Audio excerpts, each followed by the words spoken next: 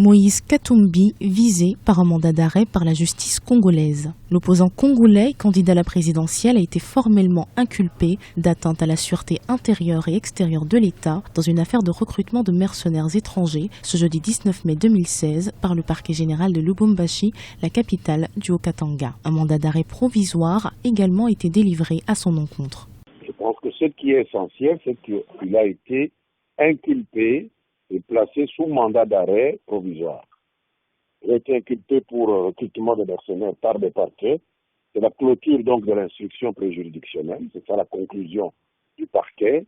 Et donc il a été inculpé formellement de recrutement de mercenaires et placé sous mandat d'arrêt provisoire par le parquet.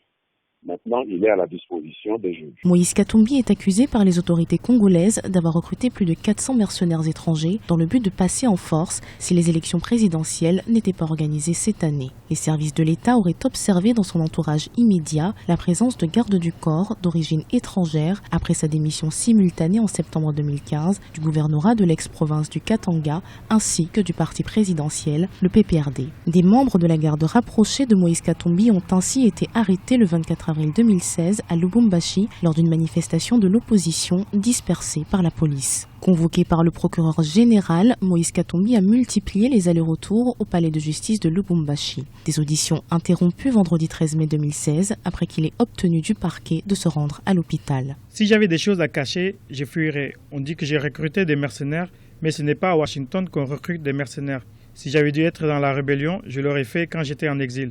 Pourquoi je ne l'ai pas fait ? Parce que je suis un homme qui croit en la paix et dans le processus démocratique. Je ne vais pas prendre des armes 5 mois avant les élections. Pour réfléchir comme ça, il faut être un malade mental. Les vrais rebelles, ce sont les gens qui veulent changer la Constitution. Craignant pour sa sécurité, l'opposant candidat à la présidentielle avait sollicité la protection de la mission de l'ONU en République démocratique du Congo. Depuis plusieurs mois, le climat politique est tendu en République démocratique du Congo, où la tenue de l'élection présidentielle en novembre prochain est de plus en plus improbable. Selon la Commission électorale nationale indépendante, la présidentielle et les élections locales pourraient accuser un retard de 14 à 16 mois.